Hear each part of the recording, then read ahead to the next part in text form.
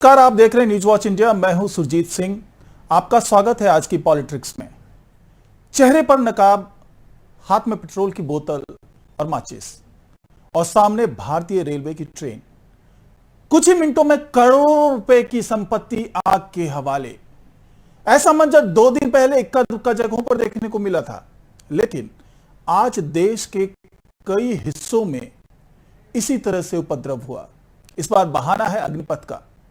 केंद्र सरकार के मुताबिक यह स्कीम देश के उन युवाओं को देश के लिए कुछ काम करने का मौका देगा जिसके दिल में सेना में रहकर और सेना से बाहर आकर देश के लिए कुछ करने का जज्बा है। भले ही सेना में उन्हें 4 साल ही काम करने का मौका मिलेगा, लेकिन सेना में काम करने का गौरव आजीवन, जिंदगी भर उनके साथ रहेगा। सेना से अगर वो बाहर आते हैं, जो 75% जो अग्निवीर होंगे उनको सेना में परमानेंट नहीं किया जाएगा, लेकिन जब वो बाहर भी आएंगे तो भी वो सेना के ब्रांड एम्बेसडर ही रहेंगे। उनपे जब एक बार ठप्पा ये इस बात का लग जाता है कि उन्होंने सेना में काम किया है और देश की सेवा की है, तो आजीवन वो सेना के ब्रांड एम्बेसडर होंगे और उनको वही इज्जत मिलेगी। साथ ही 20 से 25 साल की उम्र में ही उनके पास अपना रोजगार शुरू करने के लिए पर्याप्त पैसे होंगे।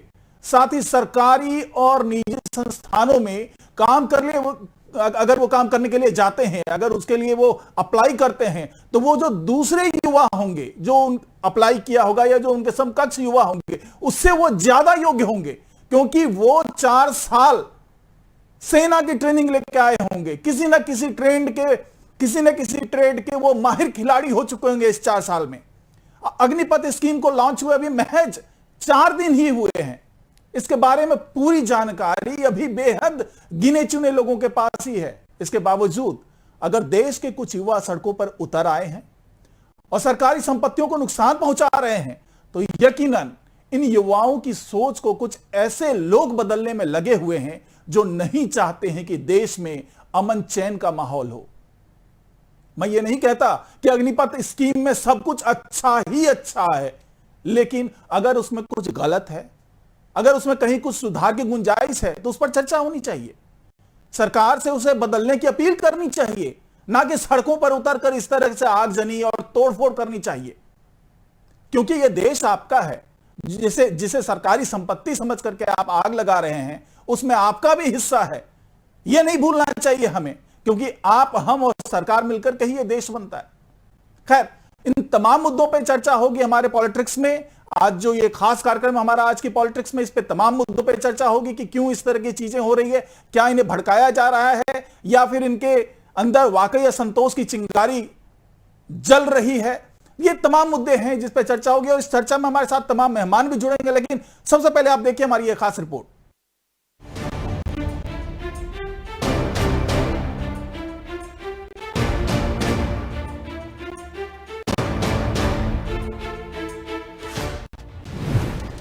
अग्निपथ की अग्नि परीक्षा,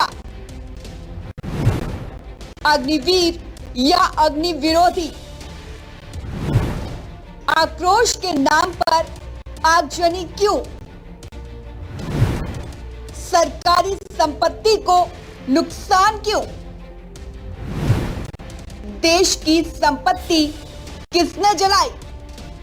देश का शहर शहर अग्निपथ बना हुआ है। जगह जगह विरोध की आग धधक रही है। आखिर ये विरोध क्यों है? क्या ये वाकई देश के युवा है? क्या यही अग्निवीर है? इतने बड़े उपद्रव को हवा कैसे मिली? मुद्दे को लेकर सियासत क्यों है गर्म? ये देखिए, आग से निकलता हुआ धुआं, कैसे धू धू कर जल रही है ये ट्रेन। ये हाथ में डंडे लेकर और मुंह पर कपड़ा बांधकर तोड़फोड़ करते हुए छात्र, क्या ये वाकई में छात्र है? आज का सबसे बड़ा सवाल यही है। इन तस्वीरों को गौर से देखिए। कोई ट्रेन की खिड़की तोड़ रहा है तो कोई ट्रेन में डंडा मार रहा है। गुस्सा जाहिर करने का ये कौन सा तरीका है? सरकारी संपत्ति को किस तरह क्षति पहुंचाई जा रही है, ये तो आप साफ तौर पर तस्वीरों में देख सकते हैं। लेकिन प्रदर्शन कर रहे इन युवाओं का क्या कहना है, चलिए सुनते हैं। हो गई फौज की नौकरी हो गई 4 साल में, बढ़िया सरकार मिल सके। 4 साल बाद आदमी हथियार उठावेगा हाथ में आके। किसान आदमी है, 10 बीघे खेत कर ले, कहा देखा तो बेटा फौज में लग जाइए, कोई बात ना, 1 लाख पैसा ना। यूँ क्या है, 4 साल 20,000 रुपए तनख्वाह महीने और रहेगी फौज में। पहले तू ही चले जा, 4 साल को तू परमानेंट है, टीओडी वापस ले जाए, एग्जाम कराया जाए और वही 17-18 साल की फौज रखी जाए। सर हमारा सीधा सा मामला है, टीओडी हटाई जाए, जो परीक्षा रद्द कराई गई है वो परीक्षाएं कराई जाए, और जो भी बच्चों को टीओडी के नाम पे लॉलीपॉप दिया जा रहा है 4 साल की 6 साल की, हमें नहीं चाहिए ना। हमें आप परमानेंट रखो, जितना भी रखना परमानेंट रखो। पहले वाली भर्ती में से क्या कमी है वो बताए तो सही, सरकार की क्या कमी है। अपना पैसा बचा रही सरकार है, अपना पैसा बचाना चाह रही है, उसे क्लियर करें। अरे अगर हमें सिविल में नौकरी करनी होती, इतने पढ़े लिखे होते तो क्यों सड़क तोड़ते हम। सर हम टीओडी को हटाने के लिए, और जो हमारे पेंडिंग एग्जाम से एयरफोर्स की एनरोलमेंट नहीं दी गई है, 2 साल से उन्हें बेवकूफ बनाया जा रहा है, एक ही नोटिस चस्पा करके कि ये कॉन्फिडेंशियल है, अब आएगी कल आएगी आ जाएगी, जब उनकी ज्वाइनिंग अब आप ये बताइए जो 2-2.5 साल उनके बिगड़े हैं उन्हें कौन ला के देगा, कौन लौटा देगा उनको। 4 साल के बाद ये कह रहे हैं, 4 साल के बाद ये कह रहे हैं कि हम इन्हें कंपनीज में डालेंगे। अगर कंपनीज में जाना होता तो सर हम IIT आर्मी में नहीं जाते। सरकारी संपत्ति को जलाना कितना सही है, आप जरा इन तस्वीरों को ध्यान से देखिए। बुलंदशहर से लेकर वाराणसी, उन्नाव से लेकर बलिया, सब तरफ आगजनी और हिंसा दिखाई दे रही है। अब आप बताइए कि ये अग्निवीर हैं या विरोधी वीर। उम्र बढ़ाने के बाद भी देश के शहर शहर में विरोध धधक रहा है। पिछले 2 सालों के दौरान कोई भर्ती नहीं हुई थी। इसी को देखते हुए सरकार ने उम्र सीमा बढ़ाने का फैसला लिया है। वहीं छात्र अपने भविष्य को लेकर चिंतित हैं कि आखिर सेना में 4 साल की नौकरी के बाद उनका क्या होगा। Bureau report, news watch India.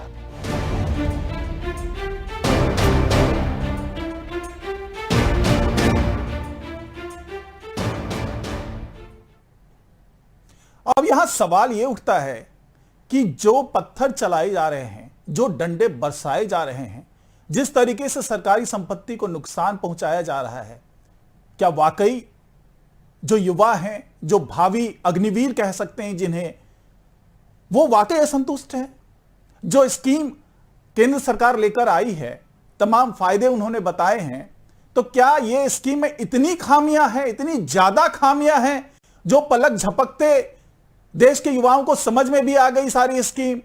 एक तरफ कहते हैं कि हम बहुत ज्यादा पढ़े लिखे नहीं हैं, हमारे पास एक सेना की नौकरी के अलावा कोई नौकरी नहीं है, लेकिन इतने जो एक सरकार फैसला करती है उस पर नोटिफिकेशन लाने की तैयारी चल रही है, उसका जो ड्राफ्ट लाया जाता है वो इतनी जल्दी ये ड्राफ्ट समझ में आ जाता है ऐसे युवाओं को, और इतनी जल्दी वो असंतुष्ट हो जाते हैं और इतनी जल्दी वो विरोध प्रदर्शन करने लगते हैं, देश में तोड़फोड़ करने लगते हैं।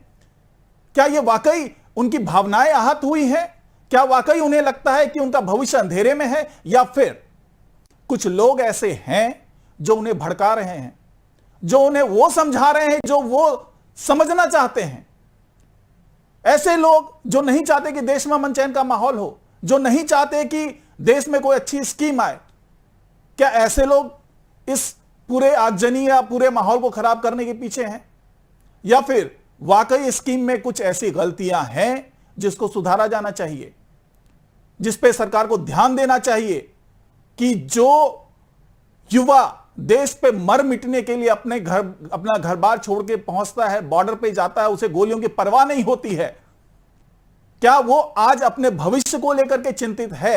अब वो भी केवल इसलिए क्योंकि इस स्कीम में 4 साल के बाद उसका क्या होगा, इसका कोई संतोषजनक जवाब नहीं दे पा रही है सरकार। वजह क्या यह है? तमाम मुद्दों पर चर्चा होगी। हमारे साथ तमाम मेहमान जुड़ रहे हैं। ब्रिगेडियर विनोद दत्ता जी हैं, रक्षा विशेषज्ञ हैं, गुलरेज शेख हैं, बीजेपी नेता हैं, रण कुमार तोमर जी हैं जो इसी तरह के इंस्टीट्यूशन संस्थान को चलाते हैं जहां पे कल के अग्निवीर तैयार होंगे या फिर कल के सैनिक तैयार होंगे। रण कुमार तोमर जी हैं, तमाम स्टूडेंट्स भी उनके साथ मौजूद होंगे थोड़ी देर में। तो सबसे पहला सवाल ब्रिगेडियर विनोद दत्ता जी, क्या आपको लगता है कि वाकई स्कीम में कुछ ऐसी खामियां हैं जिसके कारण युवा सड़क पर उतर आ रहे हैं और सरकारी संपत्तियों को नुकसान पहुंचा रहे हैं? देखिए, योजना इतनी खराब नहीं है जितना इसको प्रोजेक्ट किया गया है जी। दूसरी चीज देखिए, सबसे बड़ी जो गलती शायद जो ऑफिशियल स्पोक्समैन थे या जिस तरह के वक्तव्य दिए गए सरकार की तरफ से, वो ये थे कि साहब सैनिकों की जो पेंशन है या जो भूतपूर्व सैनिकों की पेंशन का बोझ भारत सरकार गहन नहीं कर सकती, या ये बहुत बड़ा हिस्सा उधर जा रहा है। आप अगर कंपैरेटिव स्टडी में देखें तो कई ऐसे डिपार्टमेंट्स हैं जहां लोगों की पेंशन भारतीय सैनिक या जो भारतीय भूतपूर्व सैनिक हैं उनको ज्यादा भुगतान किया जा रहा है। इस तरह की कंडीशंस में एक सैनिक काम करता है वो बिल्कुल मुख्तलिफ है। आप मुझे कोई ऑर्गेनाइजेशन बताइए जहां 40 साल पे उसको रिटायर कर दिया जाता है। मुझे कोई ऐसा ऑर्गेनाइजेशन बताइए जहां कोई इतवार नहीं, कोई त्योहार नहीं, कोई आपकी पर्सनल लाइफ नहीं, सब कुछ जो कुछ है वो देश के नाम से है। ठीक है, और अगर देश को ये बोझ लगने लगता है तो ये वक्तव्य इस पे सुधार होना चाहिए जी। दूसरी चीज, थीम बहुत अच्छी है, सरकार ने जिस तरह से इसको पेश किया शायद वो इसे और अच्छा पैकेज बना सकते थे, इसको रूल्स ऑफ एंगेजमेंट इसका थोड़ा सा ज्यादा बढ़ा सकते थे, इसमें जो रिटेंशन रेट है उसको थोड़ा सा ज्यादा बढ़ा सकते थे, वो पहले वाली भर्तियां हैं उनको रद्द न करते हुए इसको धीरे धीरे इसको एनवायरमेंट में लाते जिससे लोगों में कॉन्फिडेंस बनता। और सबसे बड़ी चीज जो देखने में आ रही है, जो एडमिनिस्ट्रेशन जहां क्वेश्चन मार्क लगता है जी, तो इस तरह के जितने मुज़ाकरात होते हैं, अब ये कोई भी पॉलिसी जब सरकार लॉन्च करती है जी, तो एक नया फैशन बन गया है कि ऐसा विरोध किया जाए, ऐसे दंगे फसाद किए जाए, ऐसे नेशनल प्रॉपर्टी को लॉस पहुंचाया जाए। तो सरकार को ये जो इंटेलिजेंस एजेंसीज हैं, जो सरकार के पास तंत्र है, उसका उन्हें पूरा सदुपयोग करना चाहिए। और जो छात्र गुमराह हो रहे हैं, आप इनमें देखिए कि कितने छात्र हैं, इसमें कितने एंटी नेशनल एलिमेंट्स हैं, क्योंकि जो छात्र आज इस तरह का प्रदर्शन कर रहा है, मैं यकीनन इस बात से कह सकता हूं कि वो उसमें अग्निवीर बनने की कोई क्वालिटीज नहीं है। जी, ठीक है। छात्रों को चाहिए कि मीडिया बहुत अच्छा काम कर रहा है, मीडिया के थ्रू पॉइंट पहुंचाए जा रहे हैं सरकार को, सरकार उस पर एक्शन ले रही है। सरकार ने पिछले 2 दिनों में कई इस तरह की घोषणाएं की हैं कि पीएसयू में उनको जगह दी जाएगी, पुलिस में उनको जगह दी जाएगी। माननीय योगी आदित्यनाथ साहब ने ये बड़ी अच्छी बात कही है और हम सबको मालूम है कि जो वो कहते हैं वो करते हैं। तो मेरा कहने का मतलब है कि टीम इतनी खराब नहीं है, हालांकि इसमें कुछ संशोधन चाहिए जिससे छात्रों का जो उनका कॉन्फिडेंस है वो बने और उनको कोई एक कैरियर प्रोग्रेशन और जॉब सिक्योरिटी मिले। जी, सुजाता जी कांग्रेस नेता है, हमारे साथ जुड़ चुके हैं सुजाता पॉल जी। सुजाता जी, जिस तरीके से पूरे देश, जी मैं सवाल सुन लीजिए।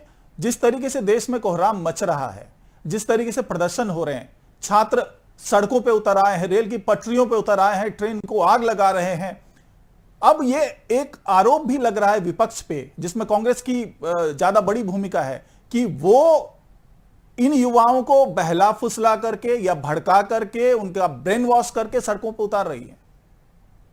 मतलब आप ये सोचते हैं कि कांग्रेस पार्टी के पास ये काम है कि लोगों को भड़काए। आपको पता है ना कि पिछले 4 दिन से कांग्रेस पार्टी सड़कों पर क्यों उतरी हुई है, तो पूरा ध्यान कांग्रेस पार्टी का वहां था। और परसों रात को जब ये स्कीम लॉन्च हुई है, आपने देखा है कि तभी से विरोध शुरू हो गया था। तो भारतीय जनता पार्टी की प्रचंड बहुमत की प्रचंड अहंकारी सरकार जरूर है, मगर जब ये सत्ता संभाल नहीं सकती तो ये विपक्ष पर दोष देती है। एक तरफ सपने देखती है कांग्रेस मुक्त भारत के, और दूसरी तरफ राजा बाबू जो है वो एक तरफ चलाते हैं कश्मीर फाइल्स की प्रमोशन और उसके बाद दूसरी फिल्म ले आते हैं अग्निपथ। भाई ये मेरे बच्चे हैं जो सड़कों पे हैं, ये आपके और हम सबके बच्चे हैं।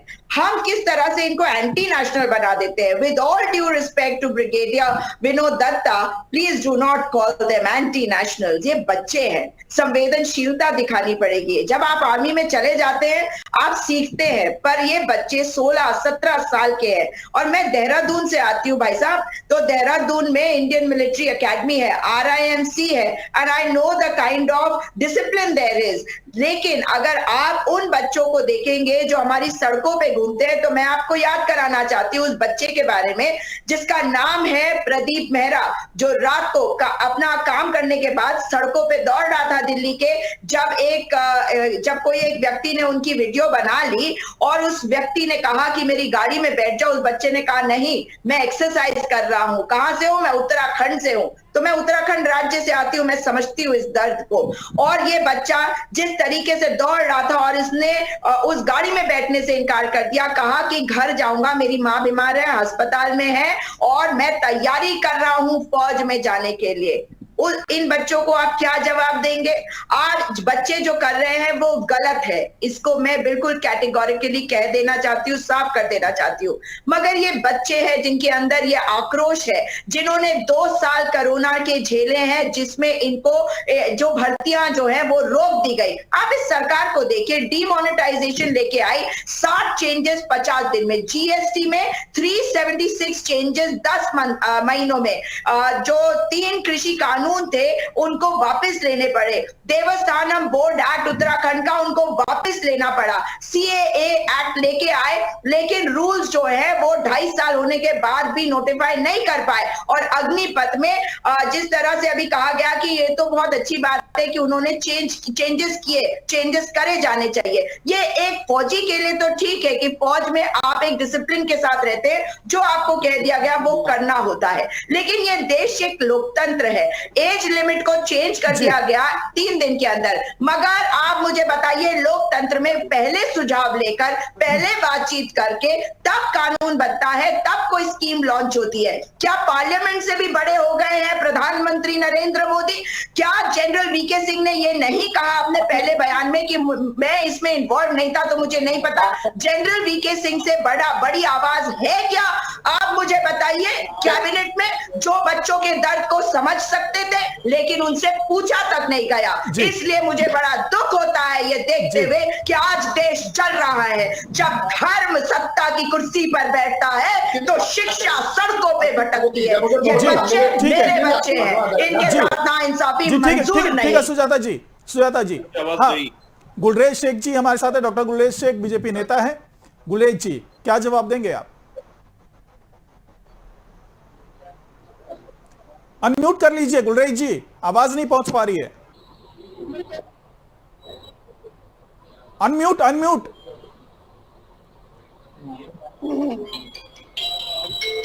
जी, अभी मैं सुजाता जी को देख रहा था और बड़ी ड्रामेटिक कलर में वो बातचीत कर रही थी, बिल्कुल जैसे भाषण देते हैं उस प्रकार से बातें कर रही थी। और इन्होंने जनरल VK सिंह साहब की बात की।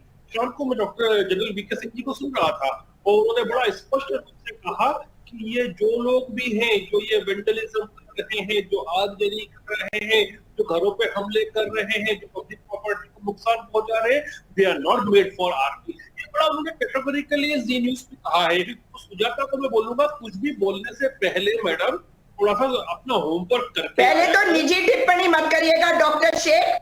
अभी आप कह रहे हैं कि मैं किस तरह से बोल रही हूं, उस पर निजी टिप्पणी ना करे तो बेहतर होगा आपके लिए। और दूसरी बात, अगर ब्रिगेडियर दत्ता ने ये कहा तो आर्मी में गए हुए बच्चों पर ये जरूर लागू होता है। और यही होगा जब 4 साल के बाद ये बच्चे बाहर आएंगे तो ये मर्सनरी भी बन सकते हैं, क्योंकि 4 साल की ट्रेनिंग, जो बच्चा कम उम्र में चला जाएगा, जो 17 साल की उम्र में चला जाएगा, जो 60 साल में आ जाएगा, उसको बहुत पैसे देते हैं, हर चीज पैसों से तोड़ते हैं। क्या आप चाहते हैं कि उनको अडानी के नौकर बनाए, उद्योगपतियों काम करवाए? यही चाहते हैं आप? सरकारी नौकरियां तो आपने खत्म कर दी, रेलवे की कितनी नौकरियां खत्म कर दी। You will not tell me to keep quiet. Alright, don't make personal attacks, I know how to make personal attacks. अरे तो आप करो ना, लेकिन मैं इस भाई को क्या बोल रहा हूँ, भाई थोड़ी देर चुप बैठ जाओ।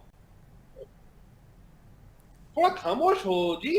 ठीक है गुलरेज जी अपनी बात रखिए। आप निजी टिप्पणी करना बंद करिए, वरना बोलने ही नहीं दूंगी, क्योंकि आपके पास वैसे भी बोलना के लिए कुछ है नहीं, इसे आप चाहते ही हैं। आपका नाम लिया है। अरे पूरे देश को आग में झोंक दिया है। यह अग्नि परीक्षा हमारे बच्चों से क्यों ली जा रही है? अग्निवीर महावीर जो है वो केवल अग्निवीर ही बनाने की सोच सकते हैं, क्योंकि आप लोग तो महावीर के वंशज हो। सुजाता जी, गुलरेज जी को अपनी बात निजी रखने टिप्पणी दीजिए। करने को मना करिए जी। मना कर दीजिए कि निजी टिप्पणी ना हो। जी बिल्कुल, इस बात का ख्याल रखा जाएगा। गुलरेज जी अपनी बात रखिए।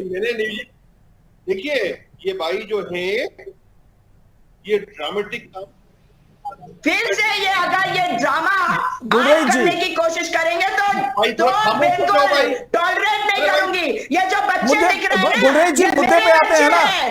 मुद्दे इनके पे आते लिए हैं गुलरेज जी, व्यक्तिगत टीका टिप्पणी क्यों करते हैं? जो इनके लिए इस तरह की बातें करी। ठीक है गुलरेज जी, मुद्दे पे आइए। ये हाँ बिल्कुल हाथ तोड़ दूंगी। आप तमीज से बात करिए। आप भी आज के मुद्दे पर बात नहीं कर पा रही है, क्योंकि इनके पास जवाब नहीं है। हमारे बच्चों को आप anti social element, anti national बोल रहे हैं। ये मेरे देश के बच्चे हैं, ये देशभक्ति करना चाहते हैं। ठीक है सुजाता जी, आप तो फर्जी सुजाता राष्ट्रवादी जी हो। जवाब तो ले लेने दीजिए। गुलरेज जी जवाब दीजिए। देखिए साहब, आप एंकर हैं और आप यदि अपने आप कंट्रोल नहीं रख पा रहे डिबेट को, भाई साहब इनके पास जवाब नहीं है। नहीं गुलरेज जी जवाब दे दीजिए कि क्या बात है, लेकिन व्यक्तिगत टीका टिप्पणी नहीं होनी है। जी मैं पप्पू नहीं हूँ, क्या समझते हैं आप? सुन लिया, दिहाड़ी बना रहे हो।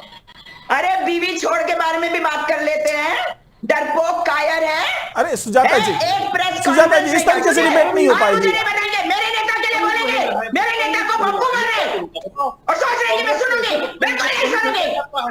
अरे तमीज से बात करो, समझ में आया? देखिए ये बहुत संवेदनशील मुद्दा है। देखिए आप आपस में लड़के, हमारे साथ रन कुमार तोमर जी भी हैं, उनके साथ बच्चे हैं। क्या छवि बन रही है? ये ट्रेनिंग दी जाती है कांग्रेसियों को, देख लो। नहीं गुलरेज जी, ये आपस में टीका टिप्पणी करके इस तरीके से डिबेट नहीं होना है। राक्षस बैठा है जो बच्चों को आग में झोंक रहा है। अगर बच्चों के ऊपर एफआईआर की तो हमसे बुरा कोई नहीं होगा। हम अपने बच्चों के साथ खड़े हैं। चलिए ठीक है। मैं रन कुमार तोमर जी की तरफ रुख करता हूं। रन कुमार तोमर जी बच्चों के साथ मौजूद है, उनका दर्द समझिए। आपस में आरोप प्रत्यारोप करके कुछ भी नतीजा नहीं निकला है, उनका दर्द समझिए। बच्चों के साथ खड़े हैं। रन कुमार तोमर जी बताइए क्या दर्द है बच्चों का?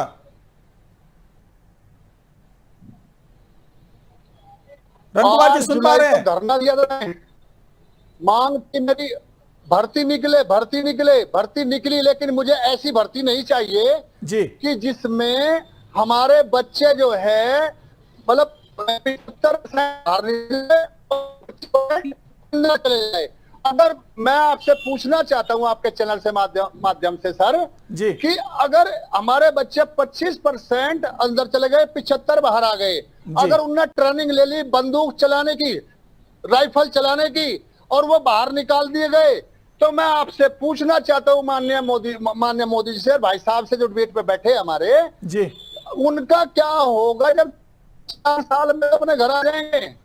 जी मैंने मांग की थी आपके माध्यम से, मुझे 3 साल की मोहलत दे दो। मेरे बच्चों की उम्र निकल गई कोरोना काल में, वो तो दी नहीं, मुझे 4 साल का ये ठीकरा दे दिया कि 4 साल ही आप मोहलत नौकरी सरकार ने। रन कुमार जी, उसके बाद रन कुमार जी थोड़ा सा मैं करेक्ट कर दूं, वो 2 साल की मोहलत दे दी है सरकार ने।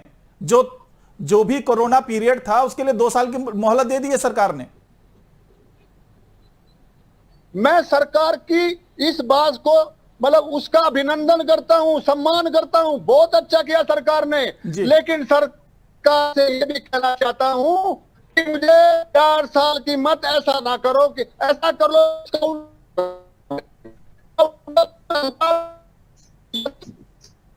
चलिए थोड़ा नेटवर्क में दिक्कत है रन कुमार जी के साथ। जी गुलरेज जी जवाब दीजिए। 4 साल के बाद जो युवा होंगे, जो अग्निवीर होंगे, जो सेना में जिन्हें परमानेंट नौकरी नहीं मिलेगी, वो बाहर आकर के क्या करेंगे? देखिए मैं बोल सकता हूँ, इस प्रकार की जो योजनाएं हैं केवल हिंदुस्तान में ही हम पहली बार नहीं लाए, इसमें 2 साल की योजना है। इसके तहत 2 साल व्यक्ति सर्विस देता है। रशिया में ऐसी योजना है, यूरोपियन कंट्रीज में है, इजराइल में 2 साल की योजना है, तो ऐसे बहुत सारे देशों में है। और इस दरमियान जो ये बच्चे होते हैं, इनको आर्मी की ट्रेनिंग मिली जाती है, इनको मिलिट्री का सर्टिफिकेट दिया जाता है। अच्छा, आप मुझे बताइए भैया, जब हम 22-23 साल की उम्र में थे तो हम अपने माता पिता पर पूरी तरह से आश्रित थे, क्योंकि इन बच्चों को देखिए 22 साल की आयु में वो बच्चा 25 लाख रुपए कमाता है। और 25 में ये क्यों बोल रहा हूँ, उसका रहना खाना पीना हर चीज फ्री है, 4 साल का खर्चा उठाती है, उसको लगभग उस समय 12-12.5 लाख रुपए का पेमेंट देती है। अमाउंट उसको इतने कम मिलता है, वो एंटरप्रेन्योर भी बन सकता है। और इसमें भी 4 में से 1 बच्चा जो होगा वो मिलिट्री में एब्सॉर्ब हो जाएगा। फिर मैं ये पूछना चाहता हूँ, जो लोग भी अभी राजकुमार साहब भी हमारे संग बैठे हैं, तो उनसे भी पूछना चाहूंगा कि आपने कारगिल कमीशन की रिपोर्ट पढ़ी कि नहीं पढ़ी? सबसिक्वेंट सरकारें उसके ऊपर बैठी रही। उस कमीशन की रिपोर्ट क्या कहती है कारगिल कमीशन की? हिंदुस्तानी मिलिट्री है, जो आर्मी है, उसकी जो एवरेज आयु है वो 32 है। और चूंकि हमको बहुत होस्टाइल टेरियन पे, आप ये भी मत भूलिए कि दुनिया के सबसे होस्टाइल टेरियन पर भारत की सेना लड़ती है, अपना पराक्रम दिखाती है, तो हमको इसकी एज जो है एवरेज एज रिड्यूस करना है। तो भारत सरकार 2032 में उसको 26 साल के आसपास लाना चाहती है, कि जो एवरेज आयु है। फिर हमको ये भी नहीं भूलना चाहिए कि ये देखिए, मुझे नहीं पता कि सुजाता का पॉलिटिक्स के अलावा मेन काम क्या है। ये बेसिकली डिफेंस और जियोपॉलिटिकल एनालिस्ट और इंटरनेशनल राइटर हुई। तो अगली जो वॉर होगी, निजी टिप्पणी करना बंद कर दीजिए। भाई, मैंने तो अभी ये बोला ना कि मुझे नहीं पता कि आप निजी टिप्पणी करना बंद करिए, बोलने नहीं दूंगी। अपनी टिप्पणियां अपने पास रखिए, वरना बोलने नहीं दूंगी। समझ में आया? बोलने नहीं दूंगी, इतना ड्रामा मत करो। हाँ, ड्रामेबाज तो आपका राजा बाबू है, रोज नए नए कपड़े पहनकर ड्रामा करता है, फिल्मों को प्रमोट करता है, कश्मीर फाइल्स प्रमोट करता है, कश्मीर में हालात बिगड़ जाते हैं। अग्निपथ को प्रमोट करने चला और सड़कों पे बच्चे आ गए, चारों तरफ आगजनी हो रही है, देश में आग लगाई हुई है। अग्नि परीक्षा बच्चों की ले रहे हैं और आग लगा दी है पूरे देश में। मैं जवाब दे दूं इनकी बातों का? नहीं। निजी टिप्पणी इन्होंने करी, फिर से एंकर महोदय, मैं बोलने नहीं दूंगी। निजी टिप्पणी पे मैं नहीं बोलने दूंगी। मैंने अभी तक एक निजी टिप्पणी नहीं। आई एम सॉरी एंकर महोदय, ये निजी टिप्पणी कर रहे हैं, मैं इनको कैसे बोलने दूंगी? देखिए, मैं छोड़ दूंगा, इनके पास कुछ है ही नहीं बोलने के लिए, तो ये निजी टिप्पणी करेंगे। सुजाता जी, आपके भाइयों की आदत है। आप भी जवाब दे दीजिएगा। आपका क्या मतलब है? नहीं, आई एम सॉरी, आपका क्या मतलब है कि वो निजी टिप्पणी करते रहेंगे? वो कहेंगे कि पता नहीं ये क्या करती हैं, इसके अलावा ये विषय आज का, ऐसी होती है डिबेट। चलिए, डर के भाग गए। चलिए, रण कुमार तोमर जी, मैं उनकी बातों का जवाब दे दूं उतनी देर में। जी सुजाता जी बताइए। देखिए, इन्होंने अभी एक बात कही थी, ये जो भाजपा के प्रवक्ता थे, कि इजराइल में भी ऐसा है। मतलब अब हमारे दिन यही आ गए हैं कि अब हम इजराइल जैसा बनने जाए। हमारे देश की पॉपुलेशन कितनी है, इस चीज को देखिए। हमारा जो सब कॉन्टिनेंट में जो जगह है, एक तरफ पाकिस्तान, दूसरी तरफ चीन, अब देखिए अफगानिस्तान, म्यांमार, दूसरी तरफ उधर श्रीलंका में जो हालात है, हम अगर स्टेबल नहीं होंगे तो सब कॉन्टिनेंट वैसे ही अनस्टेबल हो जाएगा। जियो पॉलिटिक्स के बारे में भाजपा प्रवक्ता के ज्यादा नहीं जानते। अब देखिए, ये कह रहे हैं कि 24-25 साल की उम्र में हमारे को देखिए, हम माता पिता पे निर्भर होते थे, यानी कि परिवार का जो पूरा स्ट्रक्चर है उसके ऊपर भी प्रहार कर रहे हैं। तीसरी बात, ये कह रहे हैं कि एब्जॉर्ब हो जाएंगे 25%। तो जो 25% एब्जॉर्ब होंगे वो एंकर महोदय वो बच्चे होंगे जो आरएसएस विचारधारा वाले होंगे। क्यों? क्योंकि इन्होंने ये बार बार बात कही है अपने शाखाओं में, आज से नहीं, पिछले 10-15 सालों से इंप्लीमेंट किया जा रहा है, कुछ नया नहीं है। और आखिरी बात, इन्होंने कहा था कि ये 2 करोड़ नौकरियां देंगे हर साल, अब ये 10 लाख नौकरियों पे आकर रुक गए हैं। तो ये बता रहा है कि कल को ये 10 लाख नौकरियों के साथ क्या करेंगे, कुछ नहीं पता। पेंशन की जहां तक बात होती है, तो मैं आपको बता दूं, सैनिक कल्याण बोर्ड में जो उत्तराखंड में कार्यरत है, मैंने उनकी लड़ाई लड़ी है, अब भी लड़ रही हूं। भारतीय जनता पार्टी की सरकार ने उनको 7वां वेतनमान देने से मना कर दिया। केवल 204 लोग हैं वो, और भाजपा की सरकार है। एक्स्ट्रा बर्डन स्टेट पे 4 लाख रुपए का पड़ रहा था इन 204 लोगों के लिए। जब इन सैनिकों को, पूर्व सैनिकों को नहीं दे पा रहे वो 7वां पे कमीशन, तो आप मुझे बताइए इनकी किसी भी बात पर आप क्या भरोसा करेंगे? 10 लाख लोगों को नौकरी देने की बात कर रहे हैं, जबकि प्रॉमिस किया था 2 करोड़ हर साल। ठीक है, चलिए हम मुद्दे से इधर उधर नहीं जाते हैं। ब्रिगेडियर विनोद दत्ता जी हमारे साथ मौजूद हैं। विनोद दत्ता जी, सुजाता जी की चिंता बहुत ही लाजमी कह सकते हैं कि क्या 4 साल के बाद जो बच्चे आएंगे, जिस तरीके से सरकार दावा कर रही है कि वो आत्मनिर्भर होंगे, उनके पास 12 लाख रुपए की पोटली होगी, वो कुछ भी अपना रोजगार कर सकते हैं, कोई अपना बिजनेस शुरू कर सकते हैं, या फिर वो इतने ट्रेंड हो चुके होंगे कि उन्हें वरीयता दी जाएगी, जो तमाम आर्म्ड फोर्सेस हैं उसमें वरीयता दी जाएगी, जो तमाम मंत्रालय हैं उसमें वरीयता दी जाएगी, मतलब सरकारी नौकरियों में उन्हें वरीयता दी जाएगी। साथ ही वो इतने सेल्फ स्किल्ड हो चुके होंगे कि वो कुछ भी काम कर पाएंगे बाहर आकर के, और उन युवाओं से ज्यादा बेहतर तरीके से कर पाएंगे जो अग्निवीर नहीं होंगे। लेकिन जो सुजाता जी की चिंता है वो यही चिंता है कि 4 साल के बाद जिस तरह का दावा कर रही है बीजेपी की सरकार, केंद्र की सरकार, कि ये इतने स्किल्ड हो जाएंगे, ये हो जाएगा, ये सब महज दिखावा है और कुछ भी नहीं है। हकीकत में ऐसा कुछ नहीं होने जा रहा। मैं उसकी बात से ये सहमत हूं जी, क्योंकि जब तक आप अपने वर्ड्स को एक्शन में कन्वर्ट नहीं करेंगे जी, तब तक जो छात्र हैं या जो ये बच्चे हैं जी, उनको जी। थोड़ा सा, उनको थोड़ी सी, क्योंकि ये केवल बातें कागजों पे रह जाती हैं, उनको बिल्कुल हमें एक्शन में कन्वर्ट करना पड़ेगा। जी, दूसरी चीज, आपको इस तरह के नोटिफिकेशंस जारी करने पड़ेंगे। जिस तरह से रिजर्वेशन होता है तो उनके लिए कोई रिजर्वेशन हो, जैसे कि पीएसयूज में इतनी सीटें उनके लिए रिजर्व्ड हैं जी, या पुलिस फोर्सेस में है। आपको मैं छोटा सा उदाहरण देता हूँ। एसडीआरएफ का गठन हुआ, मैं सीनियर कंसल्टेंट था national institute of disaster management में। 2005 में डिजास्टर मैनेजमेंट एक्ट हुआ, उस समय शायद कांग्रेस की सरकार थी जी। आज 2022 हो गए, बीजेपी का भी शासन रहा, कांग्रेस का शासन रहा, और उसके मैंडेट में ये बिल्कुल साफ और वाज़ेह किया गया है कि जितने एक्स सर्विसमैन होंगे और उनको एसडीआरएफ में एम्प्लॉयमेंट दिया जाएगा जब वो रिटायर हो जाते हैं, रीएम्प्लॉयमेंट, क्योंकि वो ट्रेंड सोल्जर है, वो आपदा प्रबंधन डील कर चुके हैं। लेकिन आपको जान के ताज्जुब होगा कि आज भी अगर आप एसडीआरएफ का जो गठन है या जो उसका एस्टैब्लिशमेंट है, वहां it is very very poorly staff, क्योंकि जिस तरह की इनर्शिया गवर्नमेंट में या हुकूमतों में देखी जाती है वो वादे पूरे नहीं किए गए। तो कहने का मतलब ये है कि युवाओं को ये इस तरह का कॉन्फिडेंस देना पड़ेगा, क्योंकि टीम इतनी खराब नहीं है, उस पर थोड़ी सी अगर उसमें ट्विकिंग की जाए या थोड़ी सी तब्दील किया जाए उसको, जैसे एंगेजमेंट पीरियड को थोड़ा बढ़ाया जाए, रिटेंशन परसेंटेज बढ़ाई जाए, और उनका जो लेटरल जो एब्जॉर्प्शन है उस पर ध्यान दिया जाए, तो ये एक अच्छी स्कीम है।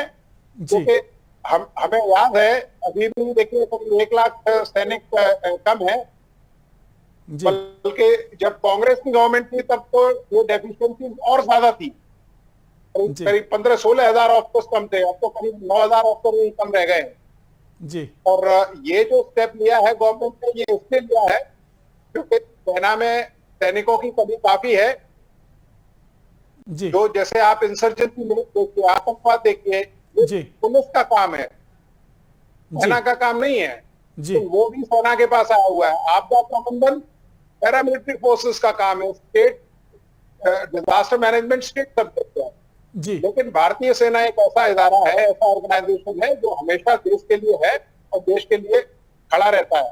तो इस तरह के जो स्टेटमेंट है तो उसको वरीयता थोड़ी दी चाहिए।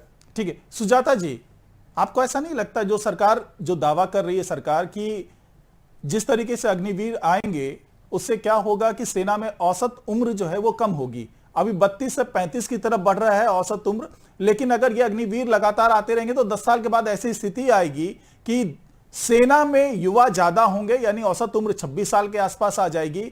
और चूंकि भारतीय सेना ऐसे जगह पे है कि इनकी झड़प होती रहती है, चाहे वो पाकिस्तान से हो रही हो चाहे चाइना से हो रही है, ये दो मुख्य देश हैं जिसके साथ झड़प होती रहती है। तो यहां पे ऐसे युवा चाहिए जो किसी भी सूरत में आगे बढ़कर के कुछ भी कर गुजरने का जज्बा रखते हो। साथ ही जिस तरीके से पेंशन स्कीम को खत्म किया गया है इस अग्निवीर वाले स्कीम में, तो उससे फायदा यह होगा कि जो भारत को जो हथियार चाहिए, जो टेक्नोलॉजी चाहिए, जो अच्छी टेक्नोलॉजी चाहिए, उसमें वो इन्वेस्टमेंट हो सकता है। यानी कि हर तरीके से सेना को बहुत ही ज्यादा सक्षम बनाने की कोशिश हो रही है। तो इसमें कांग्रेस को क्यों आपत्ति है? देखिए, कांग्रेस को आपत्ति इसलिए है क्योंकि हमारे बच्चे जो है वो सड़कों पे है। अभी मैं ब्रिगेडियर दत्ता से एक बात जरूर पूछना चाहती हूँ। आपने इतने सजेशंस दिए ब्रिगेडियर दत्ता, आप मुझे बताइए इज दिस सेंसिबल कि हम अब सजेशन दे रहे हैं?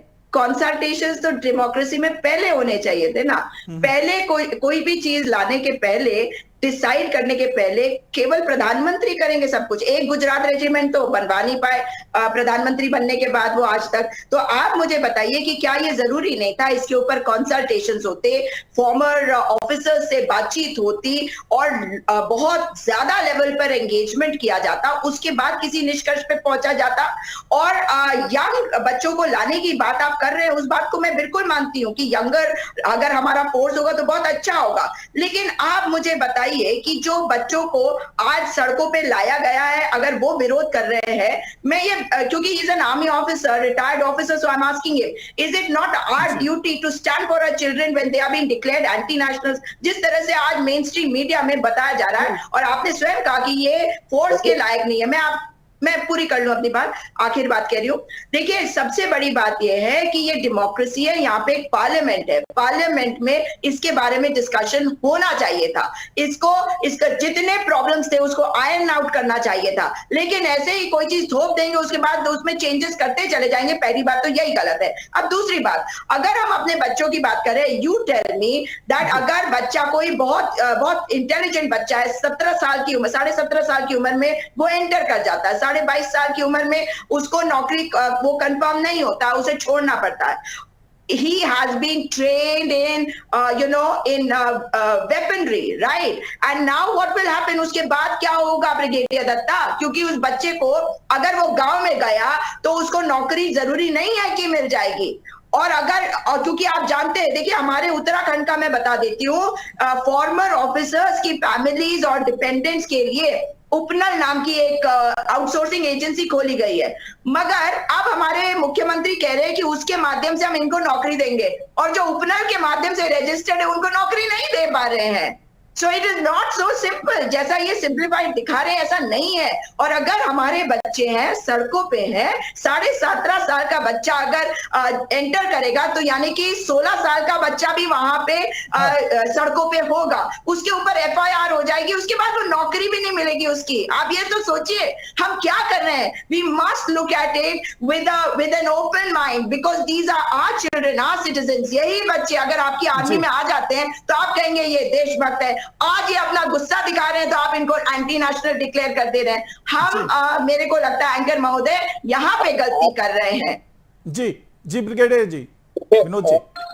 देखो ऐसा है, सुजाता जी की बात का मैं कहता हूँ, क्या आपको लगता है कि ये सारे छात्र हैं जो आंदोलन कर रहे हैं, क्या उसमें इंटरनेशनल एलिमेंट्स नहीं है? क्या जो राजनीतिक पार्टियां हैं वो उनका साथ नहीं दे रही? नहीं दे? आप मुझे बताइए, क्या एक 17 साल का बच्चा क्या वो ये कदम उठा सकता है? क्या जो चलो नहीं, आप मेरी भी सुन लीजिए थोड़ी सी, just grant me something now, please tell me, क्या जो आपकी जो ऑपोजिशन पार्टीज हैं, क्या उनका ये फर्ज नहीं बनता कि वो रोकें? क्या उनका ये फर्ज बनता है कि आप लोग सड़कों पर उतरे? क्या उनका ये फर्ज बनता है कि वो उनको गुमराह करें? क्या अपोजिशन पार्टीज का ये फर्ज नहीं बनता कि उसे जो आपके जो मुकद्दस स्थान है, चाहे पार्लियामेंट हो या कोई और ऐसा फोरम हो, वहां इसको डिस्कस किया जाए। जो किसी रूलिंग गवर्नमेंट को इतना फ्री रन दिया जा रहा है जिससे कि वो इस तरह की पॉलिसीज आ रही है, because there is no opposition.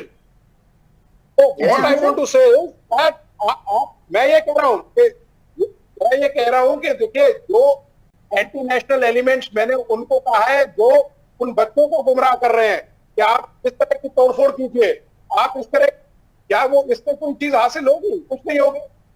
तो मेरा कहने का मतलब है, बजाय नेशनल प्रॉपर्टी बर्बाद करने के लिए हमें इस तरह की जो हम डिबेट कर रहे हैं, मैं तो अभी भी कह रहा हूं कि देखिए, मीडिया के माध्यम से ये बातें पहुंच रही है।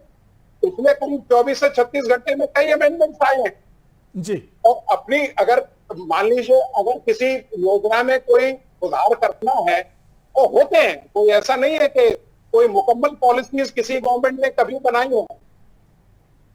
तो इस तरह की अमेंडमेंट अगर कोई बेहतरी के लिए है तो वो किया जाना चाहिए। जी ठीक है। मैं तो सुजाता जी, मैं आपको एक चीज बताऊं, मैं एक ऐसी फैमिली से आता हूं जिसका नाम लिम्का बुक ऑफ रिकॉर्ड्स में दर्ज है। सबसे ज्यादा मैक्सिमम आर्मी ऑफिसर्स हमारी फैमिली में भी है। तो मैं बड़े प्रखर रूप से ये कह रहा हूं कि भाई, intention was correct but the form and manifestation is not correct. बच्चों को कॉन्फिडेंस में लेना चाहिए था, पुरानी भर्तियों को एकदम बिल्कुल बंद नहीं करना चाहिए था। जी जी। अगर इसको टेस्ट डेट में डाला है तो उसको थोड़ा सा देखते हुए फिर उसमें जो अमेंडमेंट करने चाहिए उसके हिसाब से होने चाहिए। जी जी। खेमचंद शर्मा जी हमारे साथ बीजेपी के जुड़ गए नेता हैं। खेमचंद जी, आपको ऐसा लगता है, जैसा कि ब्रिगेडियर विनोद दत्ता जी भी कह रहे हैं, सुजाता पॉल जी भी कह रही हैं, कि जो स्कीम लाई गई उस पर पहले विचार विमर्श नहीं किया गया, उसमें कई अशुद्धियां हैं, कई संशोधन किए जाने चाहिए थे, उसके बाद इस तरह की स्कीम लागू की जानी चाहिए थी? आपको नहीं लगता कि जल्दबाजी में सरकार ने कुछ ऐसा कर दिया है? देखिए, विचार विमर्श हुआ है, किसके साथ होना चाहिए? आर्मी के ऑफिसर्स के साथ होना चाहिए, रिटायर्ड ऑफिसर के साथ होना चाहिए, मुस्लिम होना चाहिए, कंसर्न जो लोग हैं जिनसे फीडबैक है उनसे होना चाहिए। क्या आपको लगता है कि हर एक चीज के लिए इलेक्शन होना चाहिए, सर्वे होना चाहिए? ऐसे तो नहीं होता, ऐसे तो काम नहीं चल सकता। आप हर एक स्कीम से पहले सर्वे करें। हाँ, सबसे डिस्कशन हुआ, स्टेक होल्डर से डिस्कस हुआ, और उसके बाद एक ऐसी योजना बनाई गई है जिससे सबको लाभ है, किसी को नुकसान नहीं है। इससे अपॉर्चुनिटी को कम नहीं किया गया है बल्कि मल्टीप्लाई किया गया है। और आपने देखा होगा, आज जो हमारा रिटायर्ड आर्मी ऑफिसर होता है या सिपाही होता है, उसकी सबसे ज्यादा डिमांड होती है सरकारी डिपार्टमेंट में भी और प्राइवेट एमएससी में भी, क्योंकि वो रेडी टू वर्क होता है, उनमें डिसिप्लिन होता है और उनकी वेल मेंटेन उनका बॉडी और दिमाग होता है, उनको टीम वर्क आता है, वो सारी चीजें इंडस्ट्री को चाहिए होती हैं। आज हमारा जो ग्रेजुएट निकलता है कॉलेज से या इंजीनियरिंग कॉलेज से, वो रेडी टू वर्क नहीं होता, उसको ट्रेनिंग देनी पड़ती है, उस पर लाखों रुपए खर्चा होते हैं। और जब स्किलफुल व्यक्ति जब आएगा तो उसकी सोचिए कितनी डिमांड होगी। और अभी कह रहे हैं कि उसको बेरोजगार कर दिया जाएगा। अरे रोजगार शुरू कितने साल में होता है? हमारा युवा, मैं गांव से आया हूँ, गांव में मैंने देखा है, आप देखिए 21 साल का युवा, जो 22 साल का युवा है, वो पूरी तरीके से पेरेंट्स पर निर्भर रहता है। 10,000 रुपए भी उसके पास नहीं होते 90% युवा के पास। वो अपनी तैयारी कर रहा होता है, पढ़ाई कर रहा होता है, पूरी तरीके से घर के खर्चे पे करता है, और उसके बाद जब उसको अनुभव चाहिए होता है, उसके लिए सिफारिश करनी पड़ती है, नेताओं के पीछे सिफारिश करनी पड़ती है या अपने रिश्तेदारों से सिफारिश करनी पड़ती है कि हमें अनुभव के लिए किसी कंपनी में आप लगवा दो, 6 महीने, साल भर, 1.5 साल, 2 साल, और ऑलमोस्ट फ्री में शुरुआत तो उनको काम करना पड़ता है। लेकिन यहाँ पे क्या होगा, 17.5 साल का युवा जॉब में चला जाएगा, ऑन जॉब उसको ट्रेनिंग मिलेगी, ऑन जॉब उसको सारे स्किल मिलेंगे और सारी फैसिलिटी मिलेगी, पैसा मिलेगा, और जब वो 22 साल की उम्र में बाहर आएंगे तो he is equipped with the knowledge, discipline and everything, and he will also have a degree. और वो डिग्री अभी एमओयू साइन हुआ है इग्नू और यूजीसी के बीच में कि हमारा जो अग्निवीर बाहर आएगा उसको हम डिग्री देंगे, 50% उसमें जो परसेंटेज है, जो मार्क्स है, वो उनके एक्सपीरियंस के अकॉर्डिंग दिया जाएगा। जो एक्वायर कर रहे हैं वो फील्ड वर्क के साथ, जो जॉब पे जो एक्वायर कर रहे हैं, और 50% वो पेपर से लेंगे, तो उनके पास प्रोफेशनल डिग्री भी होगी, सब कुछ होगा, मल्टीपल ऑप्शंस होंगे, और 25% तो सीधा परमानेंट आर्मी में चले जाएंगे, और उसमें से जो बचे 75% उसमें से उनको मल्टीपल ऑप्शंस होंगे, हमारे अर्धसैनिक बलों में जाएंगे। कमीशन ने साफ कर दिया है, प्रायोरिटी रहेगी, उनके लिए रिजर्वेशन रहेगा, पुलिस बल्स में जाएंगे, मल्टीपल स्टेट्स ने, भारतीय जनता पार्टी के सभी स्टेट ने बोला है। और तो please let me just complete, और उनकी एज कितनी है अभी? 22 साल, कोई अपॉर्चुनिटी रुकी नहीं है। Now he can go for the UPSC, he can go for the bank, he can go for the professional degree. फिर 22 साल के बाद ही तो आदमी सोचता है मेरे को MBA करना है, क्या वो MBA करने से उनको कोई रोक पाएगा? नहीं कर सकता है। क्या उनको कोई किसी और प्रोफेशनल डिग्री परस्यू करने से रोक सकता है? कोई नहीं रोक सकता। He can go for that, वो कुछ भी कर सकते हैं। वो अर्धसैनिक बलों में भी जा सकते हैं, वो इंडस्ट्री में भी जा सकते हैं, वो अपना करियर भी फर्दर परस्यू कर सकते हैं। तो यहाँ पे सबको फायदा ही फायदा है, किसी को कोई नुकसान नहीं है। गवर्नमेंट की इंटेंशन बहुत अच्छी है और गवर्नमेंट अगर कोई सजेशन देता है, अगर संवाद होता है और उसमें कुछ चीज इंप्रूवमेंट करने की जरूरत है, हमारी गवर्नमेंट कभी भी इस तरीके की एंकारी नहीं है कि हमें कोई परिवर्तन नहीं करना, हम परिवर्तन करेंगे और करते रहते हैं। एक सजेशन आया है, उसको इम्प्लीमेंट किया है कि भाई एज बढ़ा दी जाए, क्योंकि पिछले 2 साल से कोरोना काल की वजह से इम्प्रूवमेंट नहीं हुई, तो जो 21 साल है वो कम होगी, तो 2 साल बढ़ा दिया जाए, एक मौका और दिया जाए, तो बढ़ा दिया। अब 23 साल तक का जो युवा है वो इस स्कीम के तहत अप्लाई कर सकता है और उनको मौका मिलेगा। हमारी जो इंटेंशन है पूरी तरीके से ऐसी इंटेंशन है जिसके तहत हम एक स्किलफुल युवा खड़ा करें और उस युवा से हमारी इंडस्ट्री भी इंपावर हो, हमारी समाज भी इंपावर हो। क्योंकि जहां भी दिया जाता है वो प्रकाश ही जलाता है, वो अंधकार को भगाता है, लेकिन जो अंधकार के प्रेमी है वो भड़काने की कोशिश कर रहे हैं, वो ये जितना भी तांडव हो रहा है वो करवाने का काम कर रहे हैं। जी खेमचंद जी, इतने कमजोर है। ठीक है खेमचंद जी, मेरा 2 सवाल आपसे है। पहला सवाल, स्कीम में सारी चीजें अच्छी है, मैं भी कहता हूं कि सारी चीजें अच्छी है। अगर सारी चीजें अच्छी हैं तो जिसको फायदा इसका मिलना है वो सड़कों पे क्यों है? पहला सवाल। और दूसरा सवाल ये, चलिए पहले सवाल का पहले जवाब दीजिए, दूसरा सवाल मैं बाद में पूछूंगा। जिनको फायदा मिल रहा है वो सब सड़कों पे, ऐसा तो नहीं है। और जो आप पिक्चर में देखिए, कई लोग तो ऐसे भी जो 35 साल 40 साल 50 साल के, उनका इस स्कीम से कोई लेना देना नहीं है। ये 17 से 21 साल के युवाओं की स्कीम है और अधिकतर युवा इससे खुश है। मैं खुद गांव से आता हूं, मैं खुद ग्रामीण परिवेश से आता हूं, लोग खुशी मना रहे हैं क्योंकि पहली योजना के तहत अगर 4 लोगों को काम मिलता तो अब 16 लोगों को मिलने की संभावना है और 16 लोगों को मिलने की जो संभावना है तो खुशी है। सेना के साथ काम करने को मिलेगा, वहां पे उनको रोजगार मिलेगा, वहां पे उनको स्किल मिलेगा, वहां पे उनको अनुभव मिलेगा, जो उनको एक्सपीरियंस मिलेगा वो एक्सपीरियंस सर्टिफिकेट अनमैच्ड है। आपको क्या लगता है, आपको क्या खेमचंद जी आपको क्या लगता है कि क्या जो सड़कों पर उतरे हुए युवा हैं वो इस स्कीम के लिए बने ही नहीं है, या फिर आपको ऐसा लगता है कि इन्हें बहका दिया गया है और इन्हें स्कीम के बारे में पता ही नहीं है और किसी के बहकावे में सड़क पे आ गए हैं? देखिए 2 तरीके का इसमें कैटेगरी है। एक कुछ जेन्युइन युवा भी हैं जो अप्लाई करना चाह रहे हैं और 2 साल जो भर्ती नहीं हुई उसकी वजह से वो परेशान है, वो चाहते थे, उनका जो पॉइंट था उसको रिजॉल्व कर दिया गया है। और अधिकतर युवा वो हैं जिनको किसी भी तरीके से हमारे जो अपोजिशन लोग हैं, एंटी इंडियन लोग हैं, उन्होंने बरगलाने की कोशिश की है, मिस इन्फॉर्मेशन फैलाने की कोशिश की है, उनको अनाप शनाप बातें भरने की कोशिश की है, उनको डराने की कोशिश की है। और कुछ लोग वो भी हैं हमारे कहने से कोई सुन लेगा, वो डर जाएगा। देख सकते हो, अरे कांग्रेस मुक्त भारत बना रहे थे, कौन डरेगा? ऑपोजिशन से कोई क्यों डरेगा भाई? ये तो बताओ, कांग्रेस पार्टी से कोई क्यों डरेगा? आप लोग तो कांग्रेस मुक्त भारत बनाने चले थे। ये तो समझाओ, जो आर्मी और एयरफोर्स के जो विद्यार्थियों ने पहले परीक्षा दे रखी है, मेडिकली फिट है, जिनकी केवल ज्वाइनिंग बाकी थी, उनकी प्रक्रिया रद्द क्यों करी? इतना लंबा कहानी मत सुनाइए। ये बताइए कि जो लोग केवल अब उनको भर्ती प्रक्रिया होनी थी, ज्वाइनिंग करवानी थी, उनकी प्रक्रिया इसने क्यों रद्द कर दी? ये भी तो समझाइए। कुछ भी कर देंगे उसके बाद कहेंगे हाँ वो कह रहे हैं हम बदल देंगे। और मैं एक बात बिल्कुल साफ कर दूं, ब्रिगेडियर दत्ता जी, आपने एक बात कही कि विपक्ष क्यों आया? विपक्ष नहीं है, ये आप नहीं बताएंगे। With all due respect, you will not tell me that I am not the opposition, I am the opposition. I will stand for my people. अगर हमारे बच्चों को कोई कहेगा कि वो एंटी नेशनल है तो मैं सुन लूंगी। आप कहेंगे कि नहीं उनका बदल है, अरे आप फौज में होंगे तब वहां पे मैं मान लेती हूँ कि ऐसा होगा। लेकिन ये बच्चे 16.5 साल के बच्चे भी हैं, 20 साल के भी हैं, 23 साल के भी हैं और 25 साल के भी हैं। अब आप मुझे बताइए कि उनके साथ आप नाइंसाफी करेंगे, हम आपको उनके ऊपर एफआईआर करने देंगे? ये ठीक है, दोनों पक्षों की बात सुन ली। अब जरा विनोद जी की भी बात सुन लें, दोनों पक्षों की बात सुन ली। ठीक है सुजाता जी। विनोद जी, आपको चलिए पहले तो आप अपनी प्रतिक्रिया दीजिए, उसके बाद मैं सवाल करूंगा। नहीं, मैं ये कह रहा हूं कि सुजाता जी बार बार कह रही है कि एंटी नेशनल एलिमेंट। अगर आप इस रिकॉर्डिंग को दोबारा देखें, मैंने ये कहा है कि एंटी नेशनल एलिमेंट किसको सपोर्ट कर रहे हैं। पहली बात आप सुन लीजिए। Yes, I said that only. I want to clarify that. Firstly, secondly, आप इतनी वीडियो क्लिपिंग्स देखिए, जितने दंगे हो रहे हैं, जितने स्टेटमेंट आ रहे हैं, our political party is not fuelling this fire. पहली बात। अगर आप दूसरी चीज आप कह रही हैं ऑपोजिशन, अगर आज एक पोटेंशियल ऑपोजिशन होता डेमोक्रेसी में तो आज ये नौबत नहीं आती। आप जिस तरह से कह रहे हैं, आप मुझे बताइए आप कहां सक्सेसफुल रहे हैं?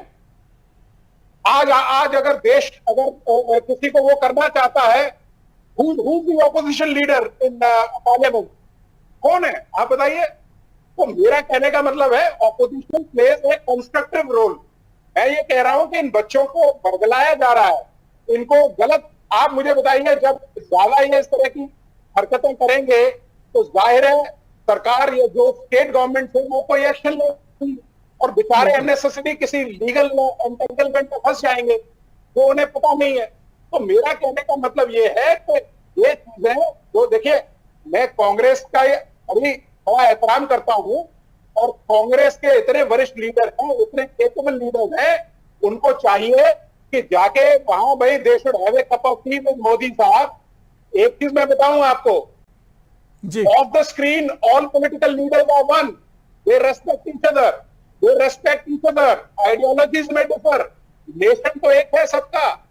तो ऐसा कहीं नहीं है कि कोई जाके आप प्रधानमंत्री जी के पास जाएं या डिफेंस मिनिस्टर साहब के पास जाएं, ठीक है, या मैं राहुल गांधी जी के पास जाऊं तो मुझे कोई ठीक है, ठीक है, ठीक है। इन्होंने विपक्ष पर सवाल उठाया कि विपक्ष कहाँ है। इनको नहीं दिखता होगा विपक्ष। इनको ये नहीं समझ में आया कि जिस तरीके के आज का सिनेरियो है, प्रधानमंत्री मोदी जी जब आए हैं तो उन्होंने हर इंस्टेंट, अब आप बीच में मत बोलिए, आपके बीच में बोला, अभी उनसे मैं बात कर रही हूँ, बीच में मत बोलना। I will not let you speak. Okay, Hemchand Sharma ji बोलने नहीं दूंगी, बिल्कुल याद रखिएगा। जो कह रहे हैं ना कि विपक्ष सही है, वो विपक्ष बोलने नहीं देगा अगर गलत बात बोलोगे। उनकी बात का जवाब दे रही हूँ मैं, और बीच में मत बोलिए, आपसे भी बात कर रही हूँ। देखिए समय की कमी मेरे पास भी है, इस तरह से किसी नतीजे पर नहीं पहुंच पाएंगे। तरीका नहीं, तभी सीखे मोदी के बाद, तभी सीखो। जब आप बात करते हैं विपक्ष की, तो विपक्ष की क्या सुनेंगे? जब जनरल वीके सिंह की नहीं सुनी, जब जनरल वीके सिंह से बात नहीं करा रहे ब्रिगेडियर दत्ता, आप अपने अंदर झांकिए और ये देखिए कि जिसने जनरल वीके सिंह से नहीं बात करी वो विपक्ष से बात करेगा। विपक्ष को खत्म करने चला है। 10 साल भारतीय जनता पार्टी भी सरकार के बाहर रही है, लेकिन मैं आपको कह रही हूँ, आप भले ही कुछ भी कह लीजिए, लेकिन अगर बच्चे सड़कों पे हैं और हम उस मुद्दे पे उनके साथ खड़े हैं तो इसलिए क्योंकि हम विपक्ष है और सड़कों पे खड़ा हर बच्चा इस देश का बच्चा है। और ये ना कहें कि उनको बरगलाया गया है। इतने बेवकूफ समझ लिया आपने इन बच्चों को जो तैयारी कर रहे हैं। मैं आपको बताती हूँ, हमारे यहाँ, एक सेकंड आखिरी बात कर रही हूँ, जो कई ऐसे इंस्टीट्यूट है जो रिटायर्ड कर्नल्स चला रहे हैं, देहरादून में रहती हूँ, वहां से बता रही हूँ, वो रिटायर्ड कर्नल्स भी आज सड़कों पे हैं अपने बच्चों के साथ, जिन बच्चों को वो ट्रेन कर रहे हैं। ऐसे कई ब्रिगेडियर्स, उनसे मेरी बात हुई है, जो इनकी संस्था के एक्स सर्विसमैन के हेड रहे हैं, जिन्होंने ऑफ द रिकॉर्ड कहा है the scheme should have been brought in only after consultation. Modi ji के परिवार में कौन है ऐसा व्यक्ति जो आर्मी में था, जो उनको सब कुछ आता है, जनरल वीके सिंह से भी ज्यादा आता है, जो उन्होंने इतनी जहमत नहीं उठाई कि जो उनके मंत्रिमंडल में रहे जनरल वीके सिंह, उनसे बातचीत कर लेते। ये किस तरह की स्कीम है? कहा तो ये भी जा रहा है कि जनरल बिपिन रावत भी इसके अगेंस्ट में थे, ये भी कहा जा रहा है। ये तो अब आप बताएंगे कि थे या नहीं थे। ठीक है, समय की कमी है। आखिरी प्रतिक्रिया मैं विनोद दत्ता जी से लेना चाहूंगा। विनोद दत्ता जी, ये जो स्कीम है, कहा जा रहा है कि इस पे रैंक नहीं मिलना है अग्निवीरों को, और ना ही जो बहुत सेंसिबल बात कही जा रही है कि जो सेना है वो नाम नमक निशान पे चलती है, तो क्या इस भर्ती से इस नाम नमक निशान पे फर्क पड़ेगा? देखिए, ऐसा नहीं है कि फर्क पड़ेगा। आप मुझे ये बताइए कि भाई देखिए, अगर आपका रिटेंशन रेट 25% है जी, 6 महीने ट्रेनिंग के निकल गए, 3.5 साल उसके पास बचते हैं।